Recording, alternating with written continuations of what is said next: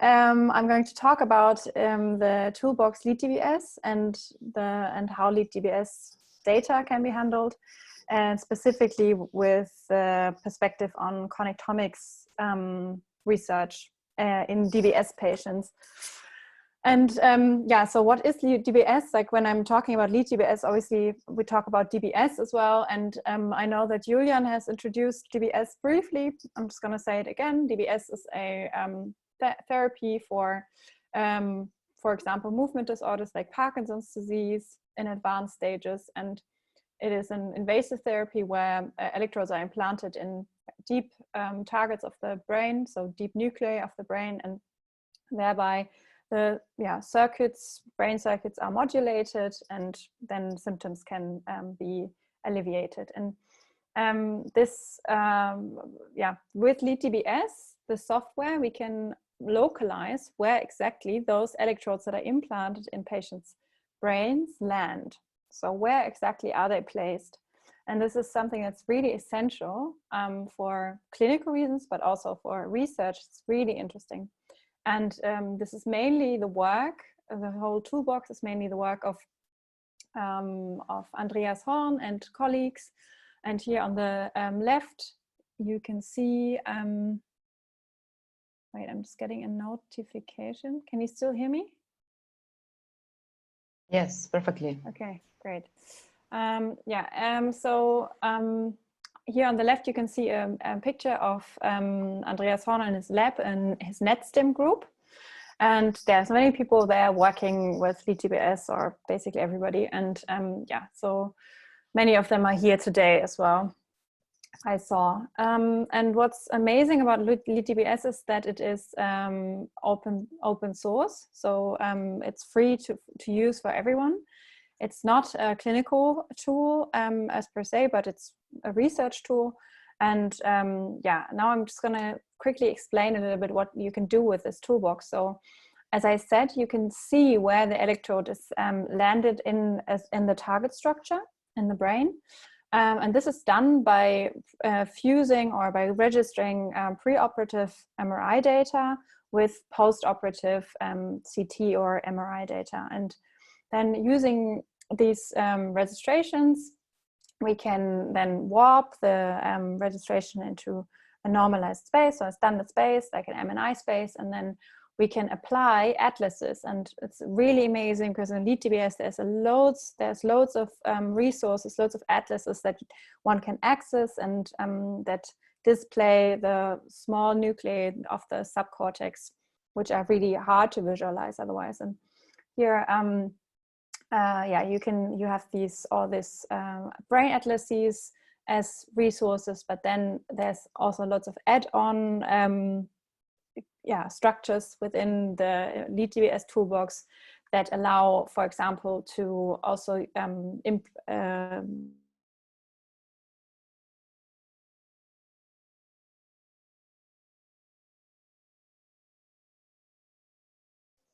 now at least I cannot hear you anymore. Getting there? Yeah, me too. Okay, we're back. We lost you for 5 seconds. Okay. Yeah, sorry for that.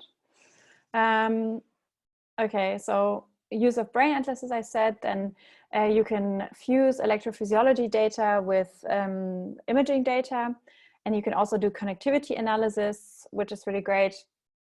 For example, diffusion MRI or resting state fMRI data.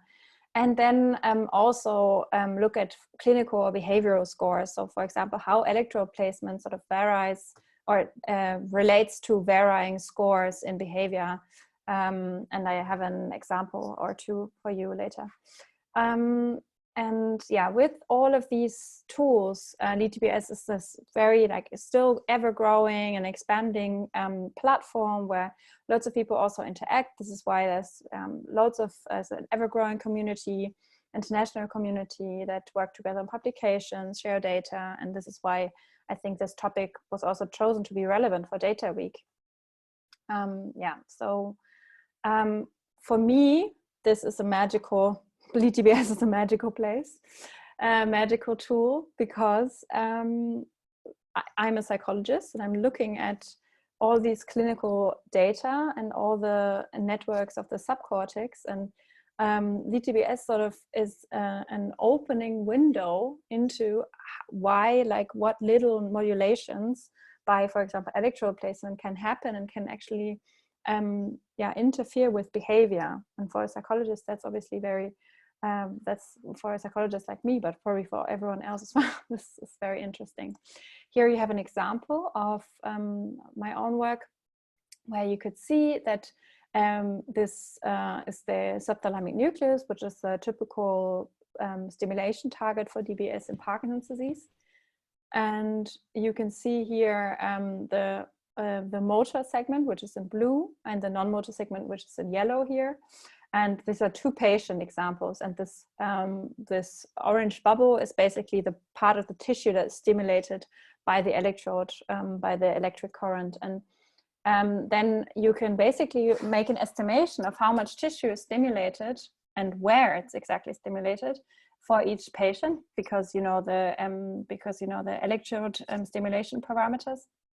And then because we have this atlas of the STN subsegments, we can then estimate a ratio of, or calculate a ratio of how much motor and non-motor part or segment of this nucleus is stimulated. And then we can correlate that, for example, with a behavioral outcome. And I did that for risk attitude, so I could see in my data that the risk attitude actually normalized more if the electrode was placed in a correct place. And this is also interesting or magical because the subthalamic nucleus is so small, it's very small, so it's got a length of only nearly 1 centimeter, and here loads of information from the prefrontal cortex come together. So the whole prefrontal cortex projects onto the STN, and there's not only motor information but also associative and limbic or affective information that sort of comes together in the subthalamic nucleus. So if you vary the electrode placement only a little bit, then there will be a change on not only motor behavior but also cognition and affective processing. And this is why this is so interesting. So I'm going to show you this again from a couple of different perspectives. So why is this clinically important? In patients that get deep brain stimulation, we see side effects, and with DBS, we can maybe explain a little bit better why side effects occur. So we can see how electrode positioning, for example, or the switching on of a different contact pair of the electrode can actually impact side effect. And same with response. So some patients respond better than others to the stimulation, and that can be, sorry? Was there someone talking? Okay. So DBS response. So some patients respond better than others to the stimulation, and it can be because the electrode is maybe not in the target region, but a little bit lateral to it, for example. And we can determine this. We can solve these mysteries with lead DBS and find out where the electrode is placed and how maybe this explains why one patient has a good response and another patient doesn't. And right now, still, I would say that we're still doing a little bit try and error, but our approach on our research questions and also on the clinical settings get more and more informed, and lead DBS is one of the contributing factors to that, I would say. And also in our clinics, we now use it regularly to control if the electrodes of the patients are placed where they're supposed to be. So that's the clinical perspective.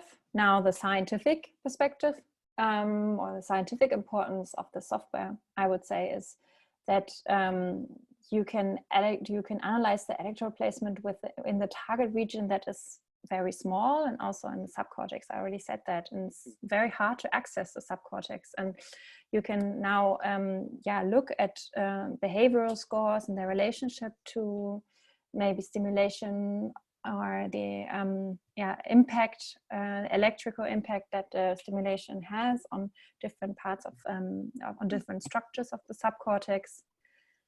Then connectivity mapping, of course. So in the connectomics, from the connectomics perspective, we can see how the connectivity of the different structures influences behavior or influences also outcome of stimulation. And that's, for example, interesting for subcortical functions like, let's say, reward processing or emotion processing or response inhibition, something where the basal ganglia play a role, but it could also be something different like memory, for example. Like there's lots of DBS research in epilepsy patients who get implanted in the temporal lobe, and then they do memory research with that. So that's really, there's a wide variety of things that one can do with DBS and the placement of electrodes that is determined with lead DBS. And again, you can also use electrophysiology profiles. And I don't know if there's actually someone, probably Julian mentioned it in his first talk today, but for example, one can use recordings from the electrode contacts or microelectrodes during surgery, and these electrophysiology data can then be combined with the placement or the connectivity profiles, and then answer more complex research questions, for example. Now then, the third perspective on DBS, considering this is data week, is data availability. So this is like DBS as itself is, I would say, outstanding and a great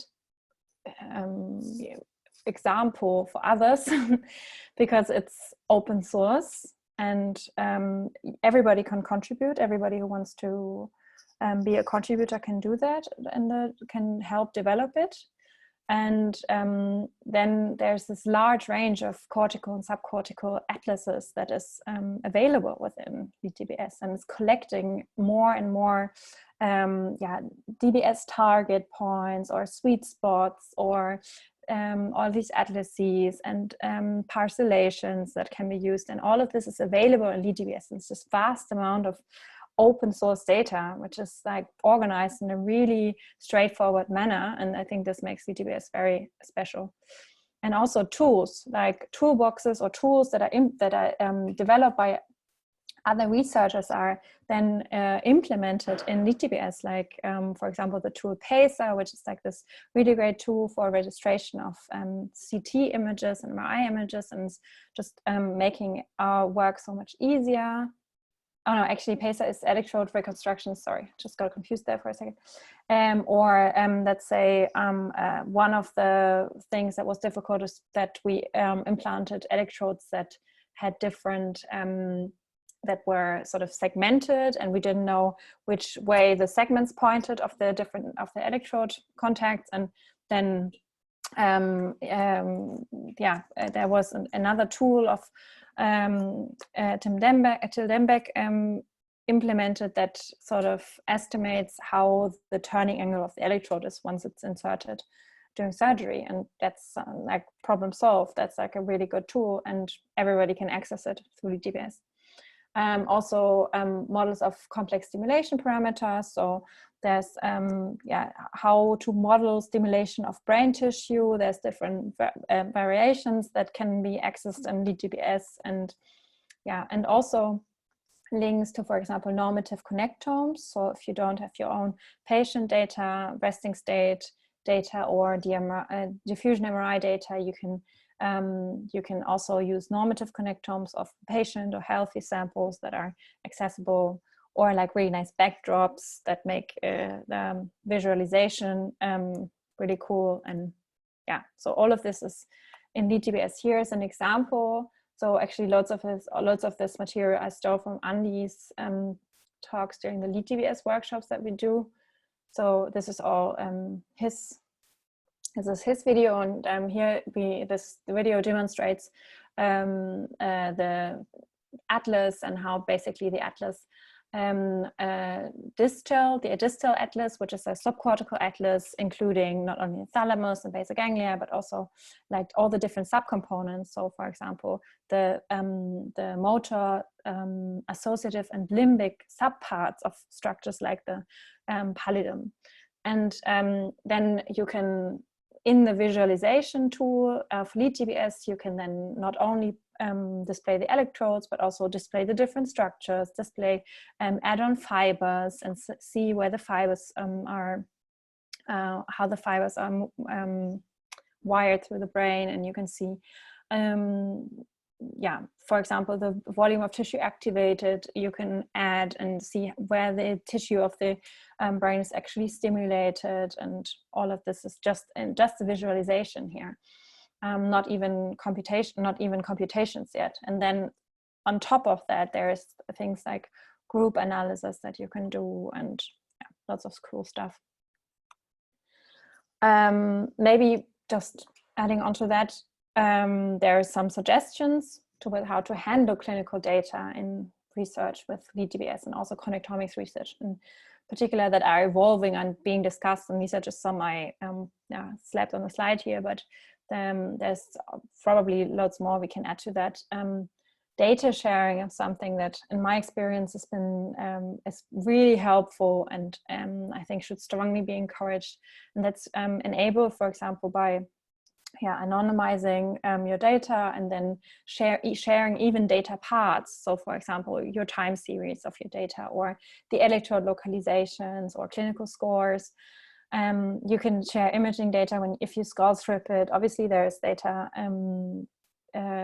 You need to respect the data policies of each institution, but usually, if you anonymize the data, there's collaborations that are possible, and this really helps also to avoid small samples. You can obviously always use normative connectomes, and there's studies also from Andy's group, Kyang Wang, who's shown this, that normative connectome data is pretty great, and similarly great as if you use patient data, but still if you sort of pool the collective data of different centers, then you also add some variance to how the electrodes are implanted, and you have data from different centers, different surgeons, maybe even different targets, and you pull this data together and then work with it in LeadDBS and compare the outcome in the sample, and controlling for possible regressors. And that's really great, because then you have a better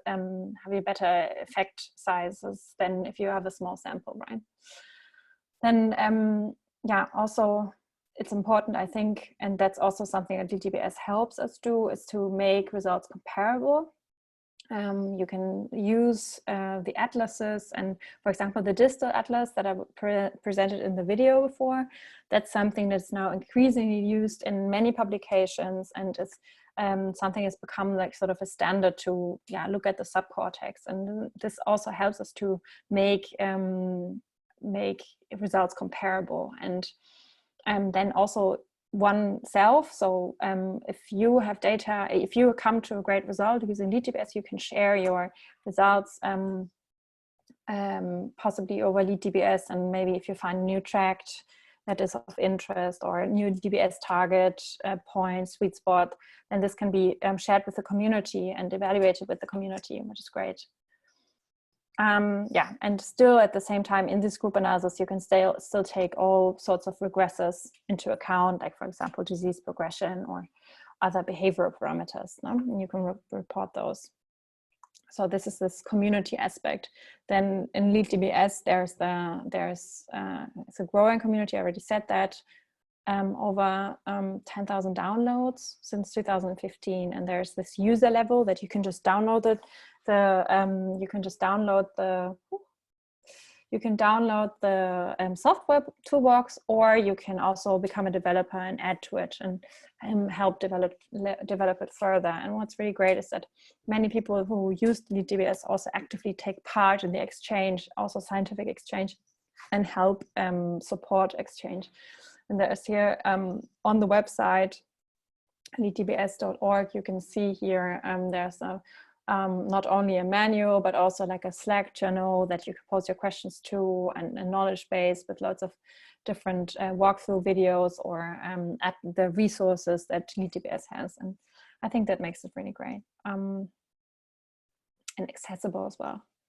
So take home of this major first part is that DBS is a toolbox that's open source and with multiple contributors, and promotes this data sharing of, for example, atlases and tools, makes them accessible for visualization of your results. Could also be applied to other sorts of results.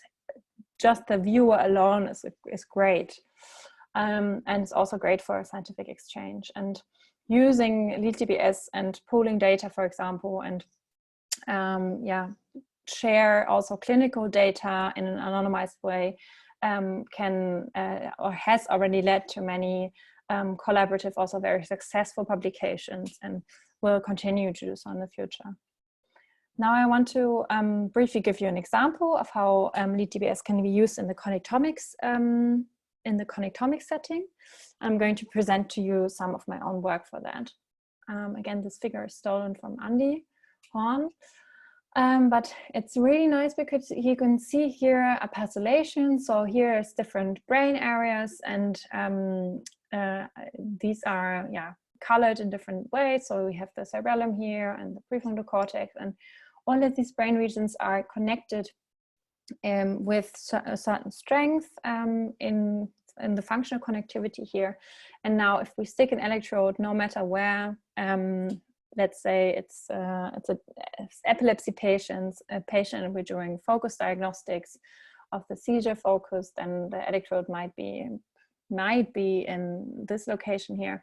Then the stimulation of this tissue in this certain area then would lead to a change in connectivity around this whole network. And this is something that we can also make visible with DBS, which is great. And then now in the study that I'm going to present to you now, I didn't look at functional connectivity, but I looked at structural connectivity, so fibers basically. And this study came from a retrospective study where I gathered data from 3 DBS centers, so Berlin, Queensland, and Cologne. And I pooled the data together, and in the end I had a sample of 106 Parkinson's disease patients, so PD is Parkinson's disease patients. And of these patients, I had an evaluation score of their score in the depressive symptoms. So the Beck's depression inventory is something that's used in the clinics as a standard to assess depressive symptoms. And I had those scores before surgery and 6 to 12 months after surgery. And here you can see that the 3 samples pooled together, there's lots of differences. So in some the scores go down, so they're more depressed pre-surgery than post-surgery. In some the scores go up. And if you average these data points on each end, then you will have no significant difference between pre and post. But you can still see that there is a lot of variance in the sample. And now, because we do see that in Parkinson's patients, the subthalamic deep brain stimulation, so the standard target deep brain stimulation, improves or worsens depressive symptoms, this study was really aim to find out whether electrode location and the associated changes in connectivity make a difference for this. And so I basically, what we did was then localize the electrodes of all these patients and then determine a connectivity profile from the electrode context that was stimulated. So from the electrodes of each patient, we would gather a connectivity fingerprint, and we would then see how is this electrode connected to the rest of the brain. And then we would correlate this connectivity fingerprint, so to say, with the change in depression score. And what we found was very interesting, namely that if the electrode was connected to the left prefrontal cortex, then the depression scores would worsen. So the structural connectivity of the patient's electrode was predictive for the change in depression. And if the DBS, if the deep brain stimulation electrode of the patient stimulated fibers, or connections to the left prefrontal cortex, then patients' depressive symptoms would worsen post-surgery.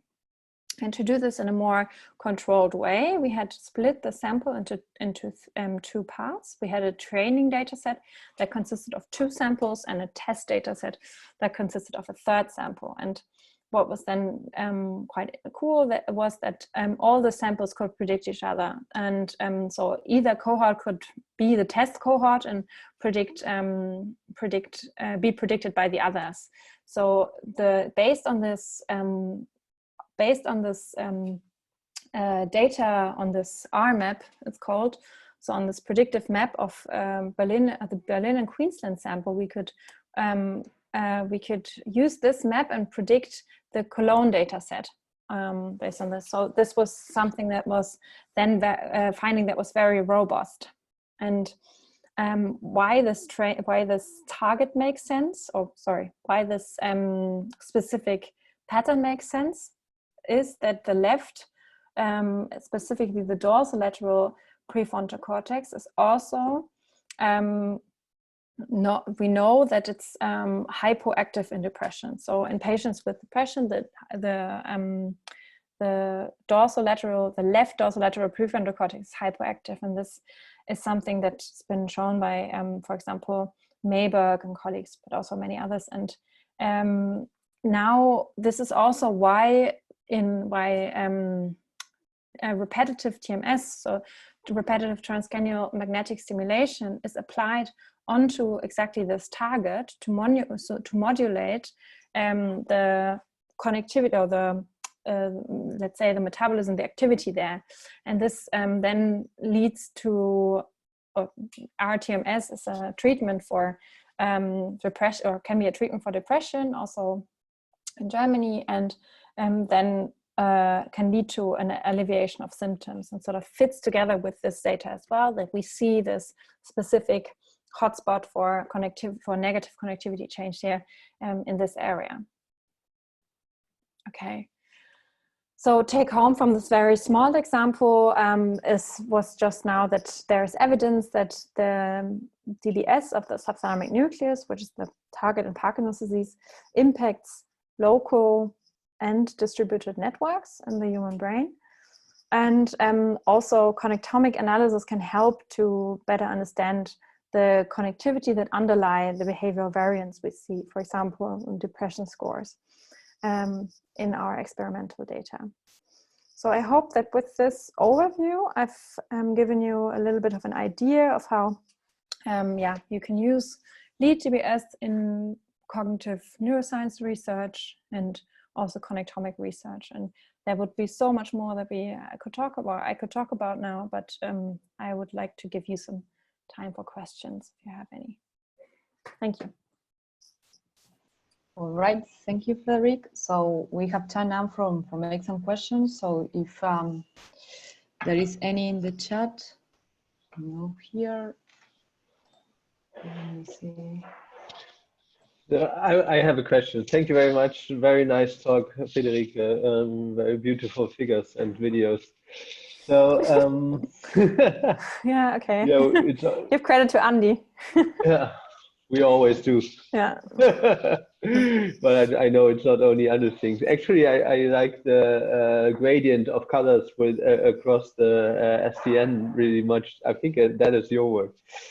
Anyways, so I wanted to ask, since this has come up earlier, that reusing the data with DTBS is quite easy, and especially if we're sharing derivatives like the EA reconstruct file, so a file where all the meta or main information on the lead location is stored. It would be great to develop a common standard on how these files are stored openly outside of the MATLAB environment. And we are going to work on that in our center in the future. So do you have any recommendations, like which kind of information do you think is crucial to make available open, to make it or machine and human readable without having to open MATLAB? And how do you think such derivative files can be quality controlled? Because if we are only sharing the EA reconstruct file, we cannot reproduce the original electrode locations because we don't have the raw data. Do you see any way in trying to get a quality control of the localization that can be accompanied with the file? Okay, let's start with the first bit. So storing this data outside MATLAB. I would say that like a database that makes, for example, the EA reconstruction files or the reconstruction of the electrode available, or the connectomic data of a patient sample, as is done with the PPMI data, for example. That is an idea how to share this data. I do think it's really important to focus on quality control, because there's also different user levels with LeadDBS. And if I, for example, would do a research, I would always want to check the electrode locations that somebody else has done, just to be sure that they, that they are on my standard level. On the level of my standard. But I guess if you trust a user, and I would obviously always trust Andy, for example. If you would give me a sample, I would not have to check every single one, but I would have maybe just do a couple of random checkups. But this is really also built on trust and experience, right? Maybe there could be a mechanism that sort of a data or a localization is marked by a reviewer or two reviewers as correct, and then based on this there could be sort of this would be the quality control, and then the data could be shared of this data set specifically together with clinical scores that are obviously anonymized, but UPDRS scores or apathy scores, depression scores, something like this is really interesting to always include as regressors in a data. And also, if you have an experiment, you can add that to the data set. Okay, can you quickly, as an add-on, mention the steps that you would control for quality control? Registration, normalization, of course. So that is co-registration of the post-operative CT and the pre-operative MRI. And the electrode reconstruction, so how the electrode artifact is then actually detected. Yeah, I would definitely check that too. And was the normalization co-registration procedure standardized somehow? So there are default mechanisms in LeadDBS that are used, and they function really well by now. So there's very little problems. And there's always this should be something that should then be pointed out to the users as well, that there are cases, for example, if the pre-operative and post-operative data are of low quality, that can be a problem.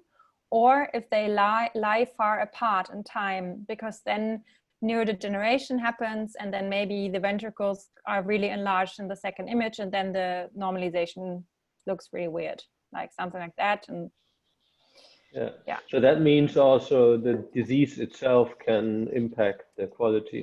And we need data standards for quality standards for the data, imaging data that is applied. So I would want to, or it makes it much easier to pool data from different centers if the imaging data is of equal quality. Yeah, I think there are, I'm not an expert on this, but I think there are toolboxes already that actually give scores in terms of their quality. So I think it might be a great idea to pass these scores to the derivatives. And if you share the EA reconstruction file, you can also check for the quality scores, even though you don't need the raw data, maybe. And maybe also the correlation scores of the co-registration and normalization, how well that performed. Yeah, like or that. the matrices. Yeah. Yeah. Okay, so there's another question from Timon. Timon, do you want to come up? Yeah, I hope everyone can hear me. Yeah. First of all, thanks for the nice talk. I had a more specific question for the study with the depression scores. And for that, yeah, I think my first question was if it's the same, might be a dumb question, but if it's the same for left and right-handed people, because I also saw that there were positive scores for the motor area, and they were both on the left and right cortex. And then based on the TMS study that you also presented, did you expect this lateralization?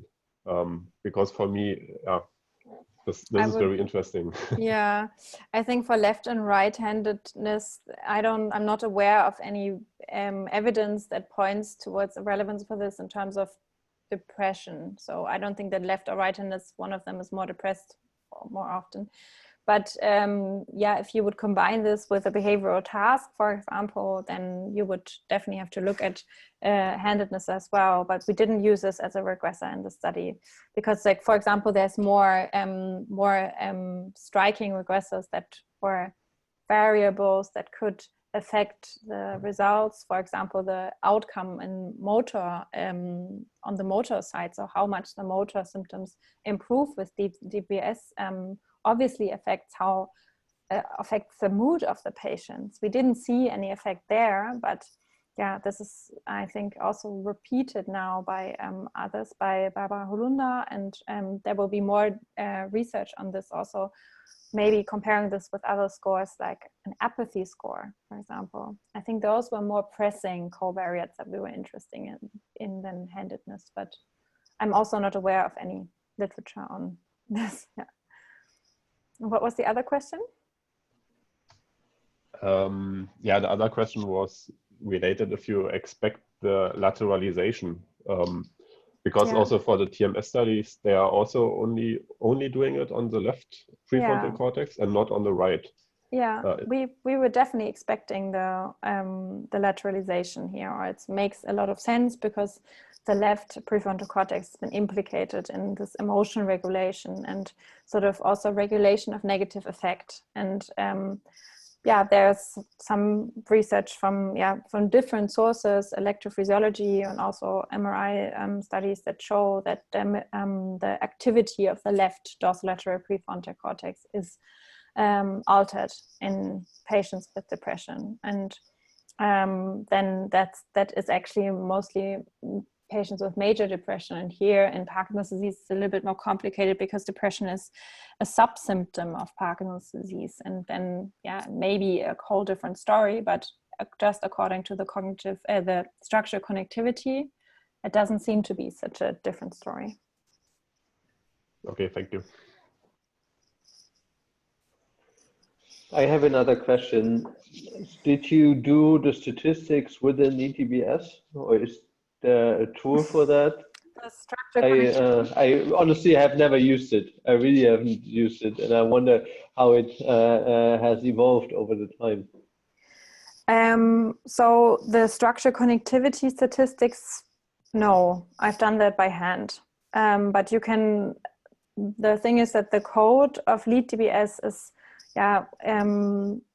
within the toolbox is sort of, you can follow it quite easy and access it, and you can see the output variables, and once you know what to do. Also, I think there are some GitHub scripts on how to do this, but what's important is that the easier things, the less complex things, like for example, how much of the motor or non-motor SDN is stimulated by the electrode or is impacted by the volume of tissue activated. That is something that you can do in LeadDBS now, that you can, in Lead Group, the subtool of LeadDBS, you can actually do these more simple analysis, and you can also, for example, map a regressor onto a field on an ISO surface and all these different things. And these are like first, and you can then threshold these your output to only include significant changes, for example. But I would still think there's still a lot to do and lots of contribution to come to Lead DBS in order to make it more a statistical software. But then again, yeah, I think its primary use was visualization until now. So since you have done a lot of studies now with different statistical approaches, and most recently also you included network-based statistics, could you point us to the tools? I'm actually curious, and I think Mira and Timon would benefit from this, that you used for the network-based Yeah, stats? so there I'm using the toolbox by Johann Kruschwitz, GraphVar, which is also openly available, and there's a couple. Could you paste or write a link in the chat, or just the name? I can do that.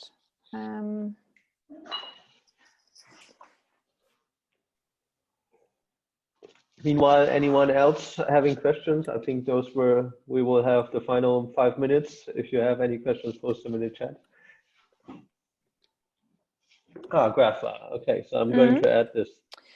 There's nice tutorials, walk-in tutorials on YouTube on that as well. And NBS is actually, it's pretty much the same. If you want to do NBS, then you can start with GraphVar, and then you can, for example, in GraphVar, what you can do, what's really nice is that if you calculate a connectivity matrix for each patient, and you, for example, are looking at how much in an on DBS state and an off DBS state, different areas of the brain are connected. These connectivity matrices can then be loaded into GraphVar, and in one analysis, without doing multiple tests, you can then assess the influence of the variance of one regressor that you add to that on the change in connectivity on and off DBS. And this is like something that's really great. That's great. So what is the output that you work with from Lead DBS? Because that's again pointing to the question of how to store derivatives if we want to move from Lead DBS to stats. So the output that I use is the connectivity matrices that are generated by Lead Connectome. As a MATLAB file? They are, they're a mat variable, exactly. Yeah, a MATLAB file. Or variable file, yeah. So you can, with the mat file, you have just a matrix by, let's say you have 10 regions, so it's 1 to 10 and 1 to 10, and you have the connectivity of each region to the others. And then this is like your output. For example, one other thing that I think should be stored, apart from the EA reconstruction file, might be the nifty files of the VTAs. If you're interested in using volumes, then I think that's really important that this is somehow stored. And great. And just one last follow-up question to that. And sorry, one other thing, really important, the M file. So the lead group file needs to be stored. So if you have a group of patients, then the M file contains all the information of also the atlas overlaps and stuff. So this is something that should definitely be stored. So M is just a large capital M? Or? Just large capital M, and so lead. Okay. That's very helpful in moving forward with that. Just one last question I had was GraphVar and NBS, are those MATLAB packages or what are they? Yeah, MATLAB based. Yeah, okay. Perfect, thank you so much. So I don't think there are more questions from the audience. It was a pleasure to have you. Thank you. Thank you so much, Friederike. Thank you.